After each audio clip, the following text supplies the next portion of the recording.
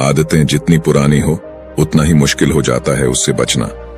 लेकिन इससे पहले हमें यह जानना जरूरी है कि ये आदतें जो हमारे जीवन में इतनी अहम भूमिका निभाती है वे आखिर बनती कैसे हैं।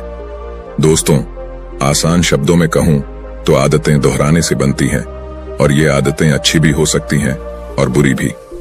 एक आदत चाहे वह अच्छी हो या बुरी उस व्यक्ति की पहचान का हिस्सा बन जाती है और यह आदतें जितनी ज्यादा बार दोहराई जाए उतनी ही जटिल होती जाती है। स्वागत है आप सभी का नेशन इंस्पायर्ड में। चलिए वीडियो शुरू करते हैं और सब्सक्राइब करना ना भूलें। बार की बात है, एक गांव में एक छोटा व्यापारी रहता था। उसका एक खुशी से भरा छोटा सा परिवार था। माता पिता भी उसी के साथ घर में रहते थे। उसकी एक पत्नी और उसके 2 बहुत ही प्यारे बच्चे भी थे। उसके घर में हर तरह का सुख था। काम करने के लिए उसके घर में नौकर चाकर थे। वह रोज अपने काम से थोड़ा समय निकालकर अपने परिवार के साथ खुशी खुशी कुछ समय बिताता था। व्यापारी बहुत नेक दिल वाला था। कुछ समय बाद उसे यह लगा कि उसका व्यापार दूसरे शहर में भी बहुत अच्छा हो सकता है। उसने अपने परिवार को बताया कि जैसे ही वह नए शहर में अपना काम चला लेगा वहां जाकर अपना कारोबार स्थापित करेगा। वह फिर आएगा और पूरे परिवार के साथ उस नए शहर में अपनी जिंदगी बिताएंगे, क्योंकि वह शहर उनके शहर से काफी मशहूर है। वहां रहने से उन्हें नए अवसर मिलेंगे। हमारे बच्चे अच्छे स्कूल्स में अपनी पढ़ाई कर पाएंगे और हमारे भविष्य के लिए वह शहर नए अवसर दे सकता है। तब उन्होंने खुशी खुशी उसे समर्थन दिया और इसी उम्मीद में उसने नए शहर में अपना कारोबार लगाने का निर्णय लिया। वह अपने परिवार से दूर एक नए शहर में अपना व्यापार चलाने के लिए निकल जाता है। वह अब नए शहर में अपना कारोबार पूरे मन और लगन से चलाने लगा। उसे काफी सारे नए लोग मिले। वह कुछ ही महीनों में अपना कारोबार अच्छा बना चुका था। उसे अब उस नए शहर के काफी लोग जानने और पहचानने लगे थे। पर ऐसे ही नए लोगों से मिलते रहने के कारण उसकी दोस्ती कुछ बुरी आदतों वाले लोगों से होने लगी। धीरे धीरे अगले कुछ महीनों के बाद एक दिन उसके दोस्त उससे कहने लगे कि तुम इतना धन कमाते हो और अपने इस इकलौते जीवन का मजा तक नहीं लेते। आओ हम साथ शराब पीते हैं। पहले तो उसने उन दोस्तों को शराब पीने से मना कर दिया, पर उन दोस्तों के जोर डालने पर उसने सोचा आखिर हर्ज ही क्या अपने जीवन में कुछ मजा करने में, और उसने उन दोस्तों के साथ हर हफ्ते शराब पीना शुरू कर दिया।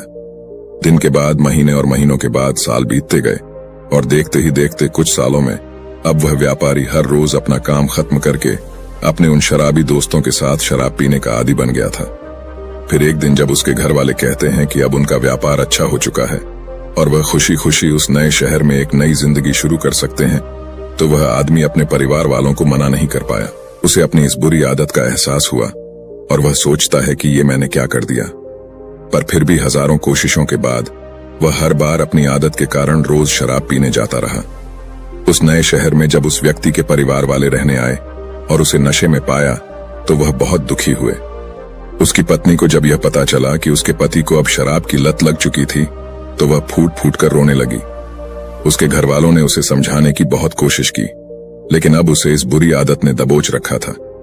वह हर रोज शाम को अपने दोस्तों के साथ शराब पीने जाता था और रात को देर से घर लौटता था। उसकी इस आदत के कारण उसके परिवार और दोस्तों से उसके रिश्ते खराब हो गए थे। वह अपने काम पर भी ध्यान नहीं दे पाता था और उसका स्वास्थ्य भी खराब होने लगा था। वह कभी कभी तो क्रोधित हो जाता और अपनी पत्नी को कहता कि तुम्हें आखिर तकलीफ क्या है? मैं जो कमाता हूं उसमें से अगर कुछ हिस्सा मैं अपने मजे के लिए इस्तेमाल करता हूं तो इसमें गलत क्या है? अब उसकी यह आदत उनके घर में अशांति और तनाव का कारण बन रही थी और अब इतने सालों से उसकी इस आदत की वजह से वह और उसका पूरा परिवार परेशान रहता था। वह अब अपने बच्चों के साथ भी वक्त नहीं गुजारता था। उसके बच्चे अब उसके पास खेलने भी नहीं जाया करते थे। वह घर में भी अक्सर अपने कमरे में ही बैठा रहता था। कई बार जब उसके दुकान पर आने वाले लोग उसे ताना मारते हैं कि तुम आखिर ये शराब त्याग क्यों नहीं देते, तो वह शराब के नशे में उसके दुकान पर आए ग्राहकों से गाली गलौज कर देता, उन्हें गालियां बकता।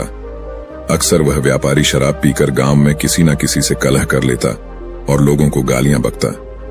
उसकी इस हरकत की वजह से उसका व्यापार भी कम होता जा रहा था और इसी कारण अब उसका पूरे शहर में नाम बदनाम हो चुका था। धीरे धीरे उसका व्यापार भी प्रभावित होने लगा और उसकी सारी खुशियां चली गईं। उसने अपनी बुरी आदतों के कारण अपना सब कुछ खो दिया। घर में हमेशा ही अशांति और तनाव का वातावरण बना रहता। शराब के कारण अब उसकी सेहत भी खराब रहती। अब उसका देर रात तक शराब पीने के कारण सुबह जल्दी उठना भी मुश्किल हो चुका था और इसी कारण वह अपनी दुकान भी रोज कुछ देर से खोलता था।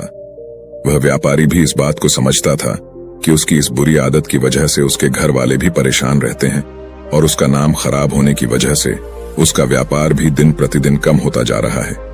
वह व्यापारी अपनी इस बुरी आदत को त्यागने का कई बार प्रयास भी कर चुका था, लेकिन वह हर बार इसमें असफल ही हुआ था।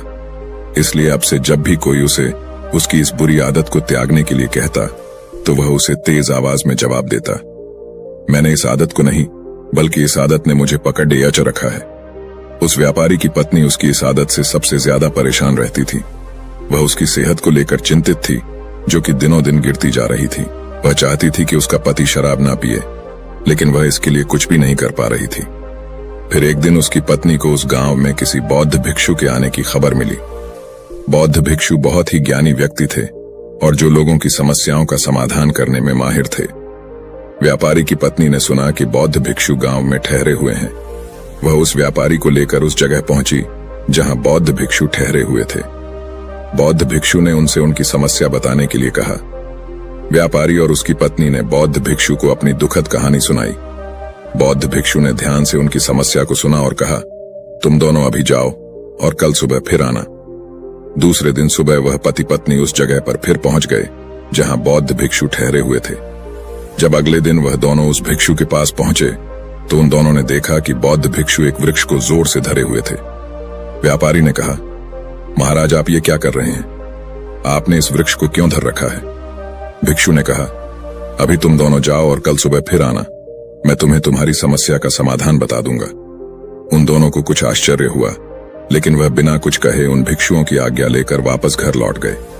अगली सुबह जब वह दोनों फिर बौद्ध भिक्षु के पास आए तो उन्होंने देखा कि बौद्ध भिक्षु फिर से उसी वृक्ष को धरे हुए थे। उन दोनों ने बौद्ध भिक्षु से अपनी समस्या का कारण जानना चाहा, लेकिन बौद्ध भिक्षु ने उन्हें फिर से कल आने के लिए कहा। वह दोनों फिर उन भिक्षु से कहते हैं कि गुरुदेव हमें कुछ समझ नहीं आ रहा है।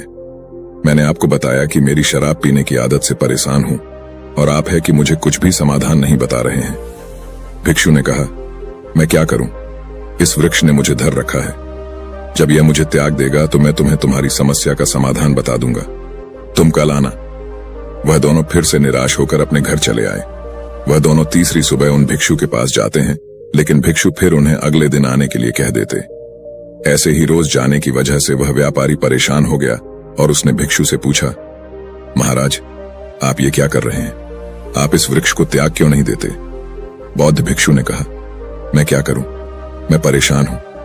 मैं तो इस वृक्ष को त्यागना चाहता हूं, लेकिन यह वृक्ष मुझे नहीं त्यागता, इसने ही मुझे धर रखा है। यह सुन वह व्यापारी जोर से हंसता है और कहता है, महाराज इस वृक्ष ने आपको नहीं धर रखा, आप ही इस वृक्ष से चिपके हुए हैं और आप जब चाहें इस वृक्ष से दूर हट सकते हैं। यह सुन बौद्ध भिक्षु कुछ गंभीर होकर बोले, मेरे दोस्त, पिछले एक हफ्ते से मैं तुम्हें यही तो समझाने की कोशिश कर रहा था कि तुमने शराब पीने की आदत को अपना रखा है। उस आदत ने तुम्हें नहीं, और तुम जब चाहो उस आदत को त्याग सकते हो।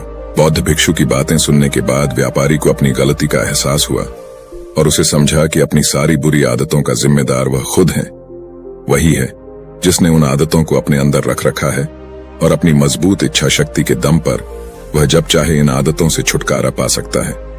फिर आगे वह बौद्ध भिक्षु उस व्यापारी से कहते हैं, अब जबकि तुम समझ सकते हो कि ताकत तुम्हारे अंदर है, अब तुम अगली चीज सीखने के लिए तैयार हो जो तुम्हें तुम्हारी शराब की आदत को त्यागने के लिए जरूरी है, और वह है प्रकृति का एक नियम। प्रकृति का एक बहुत ही सीधा सा नियम है कि इसे खालीपन पसंद नहीं है। अगर कोई खाली जगह है तो प्रकृति उसे हवा से भरने की कोशिश करेगी। अगर हम खाली बैठे हैं तो हमारा दिमाग या हमारे मन को फालतू विचारों से भर देगा।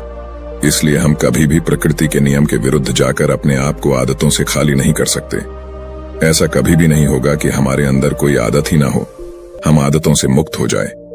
असल में हम आदतों को कभी त्याग ही नहीं सकते। अगर कोई कहता है कि उसने कोई आदत त्याग दी है तो असल में उसने जबरदस्ती उस आदत को दबा कर रखा है। कुछ दिनों बाद वह फिर से उस आदत का शिकार हो जाएगा, जैसा कि ज्यादातर लोगों के साथ होता है कि वह फिर से अपनी पुरानी आदतों के शिकार हो जाते हैं। इसलिए आदतों को त्यागा नहीं जा सकता, इन्हें सिर्फ और सिर्फ बदला जा सकता है। सुबह देर से उठने की आदत को जल्दी उठने की आदत से बदला जा सकता है। खराब खाने की आदत को पौष्टिक खाना खाने की आदत से बदला जा सकता है। इसी प्रकार हम अपनी किसी भी बुरी आदत को केवल अच्छी आदतों के साथ बदल सकते हैं, उन्हें कभी भी त्याग नहीं सकते। इस पर वह व्यापारी कहता है, लेकिन गुरुजी, अगर हम अपनी आदत को त्याग नहीं सकते तो क्या इसका मतलब यह है कि मैं कभी भी शराब पीने से छुटकारा नहीं पाऊंगा? इस पर भिक्षु कहते हैं, मैं इसीलिए तुम्हें यह नियम समझा रहा हूं। तुम्हें अपनी बुरी आदत को अच्छी आदत से बदलना होगा, उसे त्यागने की कोशिश नहीं करनी है। सुबह देर से उठने की आदत को जल्दी उठने की आदत से बदला जा सकता है। खराब खाने की आदत को पौष्टिक खाना खाने की आदत से बदला जा सकता है। वैसे ही शराब से तुम किसी ऐसे आदत से बदलो जो तुम्हारे लिए फायदेमंद हो, और जब तुम उस नई आदत को दोहराना शुरू करोगे तो वह नई आदत और मजबूत बनती जाएगी, क्योंकि आदत दोहराने से बनती है, जैसे कि तुमने शराब की आदत को दोहरा दोहरा कर बनाया था। जब तुम्हारी अच्छी आदत मजबूत हो जाएगी तब तुम्हें बुरी आदत की जरूरत नहीं होगी, और धीरे धीरे तुम्हारी ये नई आदत तुम्हारी पहचान बन जाएगी।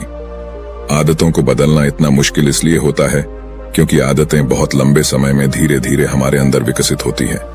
किसी महान इंसान ने ठीक ही कहा है कि आप अपना भविष्य नहीं बदल सकते, आप केवल अपनी आदतें बदल सकते हैं, और फिर यही अच्छी आदतें एक दिन आपका भविष्य बदल देती हैं।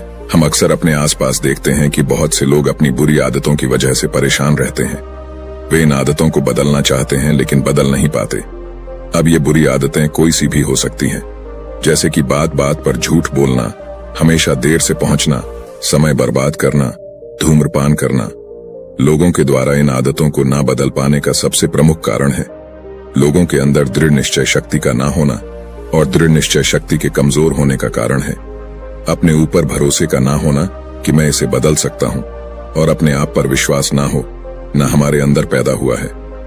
हमारी पिछली असफलताओं की वजह से जितनी बार इंसान असफल होता है उसका आत्मविश्वास उतना ही कमजोर होता चला जाता है, क्योंकि यह इंसानी मानसिकता है कि हम अपनी हार को अपनी कमजोरी के रूप में स्वीकार कर लेते हैं। ज्यादातर मौकों में हम यह मान लेते हैं कि हम ही उस चीज के काबिल ही नहीं थे।